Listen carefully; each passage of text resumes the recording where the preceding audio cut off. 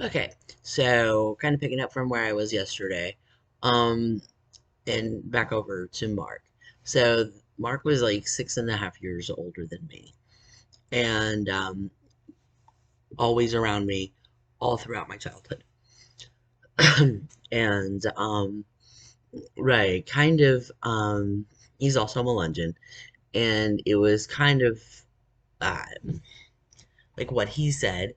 And then what others in the community said was like, that's who you were going to marry. Oh, that'll be your husband when you grow up. And right, yeah, like from like day one, they're like matching you up. And and I just kind of went with it. So Mark had also very much sexually abused me while I was a child. And then he would always say, well, it's okay because we're going to be married later. We're going to be married. We're going to be married. We're going to be married. And obviously we're not married. And we never married. Um, not legally. And right. So that's just what he was, saying to me throughout my childhood. Oh, well, we're gonna, be married when you're grown up. And then also, there's the criminality part of it because he was in a gang, and it was his a fantasy, I suppose, fantasy that that his partner, his like wife, would also be his partner in crime, and I was very much groomed to do so. So when we were hanging out down there, and I was in the fourth grade, you started doing, and then I was, born into that. So all of this seemed perfectly normal to me, and this is just the progression of things, and what you do. So none of it seemed out of sorts or out of, you know, I don't know. I guess I was raised that way, and I didn't know any better. Um, so when I was, I don't know, I'd finished all my petties by 11, and then in I don't know how it works in other organized crime families, but in this one, there was a list of petty crimes that you were to do, just stupid shit, vandalism, stealing cars, um, theft, breaking and entering, things like that. Um, and I would do those things with Mark, and then also his friend, and this guy. I'm just gonna call him this guy, and he doesn't have a name, and then my friend. Um, so we would all like four um, do that shit together, and so she was, if I was 11, she was 13, and then that guy was a couple of years older than her, and then Mark's, the oldest of us all, and then we're just running around, basically just committing crimes all the time, and just that's what we're doing, and that's what we did, and that continued all the way up until I was about almost 12. When I was almost 12, and then they broke his arm and said, "You just stay all the way away from that girl. You shouldn't have been doing those things." But again, it was a very small town, and people, had to have seen us together, because it was, we were just right downtown. It wasn't like we were like hidden off somewhere. We were just right downtown, or in the vicinity of downtown, doing those things. Um, so I know that people most assuredly saw us together. And when he went and did his, his bookie thing, when he was still a bookie, um, he would, because anytime that school was out, I would go downtown and hang out. Well, I would go to her house, my friend's house, and then we would walk downtown together, and then meet up with those guys and Mark and his friend. And so you know, in the morning he worked at the pool hall, and we would have to clean up the kitchen from the night before. They didn't clean the kitchen, so he would go in and open up the pool hall and clean and get the chili prepped out. Um, get the chili starter prepped, and and then after we left the pool hall, you would have to go make some phone calls from payphones, and then you go, around the circle of just around the block, and go first to this laundromat and make a bunch of calls from the payphone because this is back in the 80s. Make a bunch of calls from the payphone, and then he would stand there and play pinball for a long time. And then after that, we would go over to this hardware store, and I'd stay outside and not go in there with him. And then he would do something in there every day at the hardware store. And then after that, he was free until it got, about 6 or 7 o'clock when the pool hall got busy, and then we'd go back over to the pool hall. Yeah. So we would just, hang out there behind this closed factory, and he would teach me how to fight or just stupid shit. Just really stupid shit is all we did. Um, you know, and then some of the things, sometimes um, that area that I grew up in, they call the East Side. Sometimes after he was, done at the hardware store, we'd meet up back together and go break into houses over on, in my neighborhood. They would actually steal, the guys would actually steal mostly, my friend and I would just, raid their fridge and see if they had any ice cream and watch TV. Or, watch out for the cops. You go outside and watch out for the cops and, let them know. um, but that's how, and that's how I spent my summer. And, which none of that is good.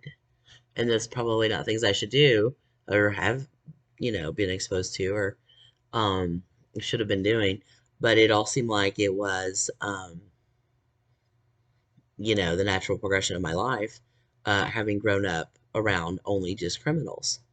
Everybody that was, for the most part, all of my blood relatives were criminals of some sort or fucking flat fucking crazy and not criminals, but for the most part, they were all criminals. And that seemed like the perfectly normal thing to do. And then he's telling me this is what you do, and this is what you do, and these are the steps. And then, you know, and he's got this fucking plan, and I'm like, okay, and okay, okay, right. So whatever he said, I was just always like, okay, and that's what was going on, all the way up until you know, until they broke his arm, until they broke his arm and told him to stay away from me. And what had happened was that when we were hanging out downtown, people could see us.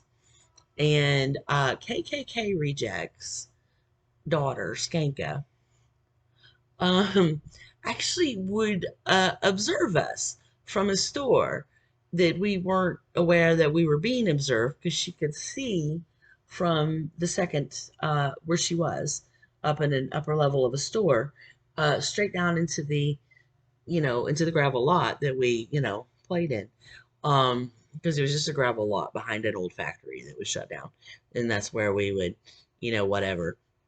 So um Skanka and her little friend were up there in this gravel lot watching us, and sometimes it was just him and I fighting, and then sometimes it was the four of us doing whatever we did, just whatever stupid shit that kids did in the 80s. Um, and she was watching and observing, and then also writing it down, and because I was pretty much the focus of their life because, you know, it's their, job to groom me for, the guy because that's their family business all of a sudden is to groom me for this guy. Um Her grandmother and her father were very interested in what I was doing all the time. So she had like this log book, and they're old-fashioned ledger books. I don't know, you maybe never have seen one, but back in the 80s and earlier, for your account ledgers, there was like a ledger book where you would write deposits, and she was writing it in this ledger book. And I used one when I first started in hospitality. We used it to write down our deposits. I was like, oh, it's a ledger book. I recognize this. And she was writing down everything that we did in that parking lot. She would write down, the dates because she's got the same school schedule I got. And so, we're all out of school together. And so she's writing down the date and then, you know, what we, what we did today and then all kinds of craziness. So the first day of the sixth grade, my friend and I were in the sixth grade and we're, hanging out together because we're in the same grade. And even though she's 2 years older, we're still in the same grade because she, well, had a weird childhood. So she was 2 years, she was enrolled in school for 2 years. But, so we were in the same grade. And then we're coming down the sixth grade hall, and here comes, this girl and her little friend. And she says, oh my God. And I was like, because I don't fucking know this girl. And she's like, I'm your biggest fan. And I was like, what the fuck are you talking about? Right? And she says, we watch and write down everything you do. And then she fucking told me. And I was like, what the hell are you talking about? And she says, we sit up at such and such store and we can see you all wrestling because she said we were wrestling because she was a big wrestling fan. And I've never watched wrestling a day in my life, not the first fucking time. And she's a big wrestling fan. And I like to watch you two wrestle back there. And I was like, holy fucking shit. And like you've been watching, because we weren't wrestling, we were fighting. And she had written all of this stuff down. And that's how they knew who had taught me to fight. Because she was writing all these things down. And then when I did eventually get into a fight with my stepfather, I was like, who the fuck taught Heather to fight? Like really fight. And and then Skanka said, oh, they've been wrestling back there for like a year and a half. All they do is wrestle. I was like, I don't fucking rest. That's not what we were doing. He was teaching me how to fight. And to fight off my stepdad to make the molestation stop. While he was himself molesting me. Um, as well. So, you know, right. Um, yeah, he didn't hit me first though. And so there's that. Um, but that was what was going on, and that's how that they knew that it was him to go and break his arm. And then when he got off the bus from the baseball camp, they broke his arm. And then I didn't see him again. Um, it was a pretty good while that I didn't see him again. And then also, um, I wasn't allowed to go. Um, we weren't allowed to go downtown anymore. Um, you get in too much trouble down there, so you're not allowed to go downtown anymore. And my little friend, she additionally was also not allowed to go downtown. But before when we were still allowed to go downtown, we stole those ledger books and went to the place um, where they were watching and observing and writing it down and stole the ledger books and made a big mess at the place. Yeah, vandalized. And then we stole those ledger books. Now this has been like nearly 40 years ago, I guess, close to. So where they are now, I can't even possibly remember. But that is how they knew that it was Mark that taught me to fight and then to break his arm and caused me to not be able to do that anymore.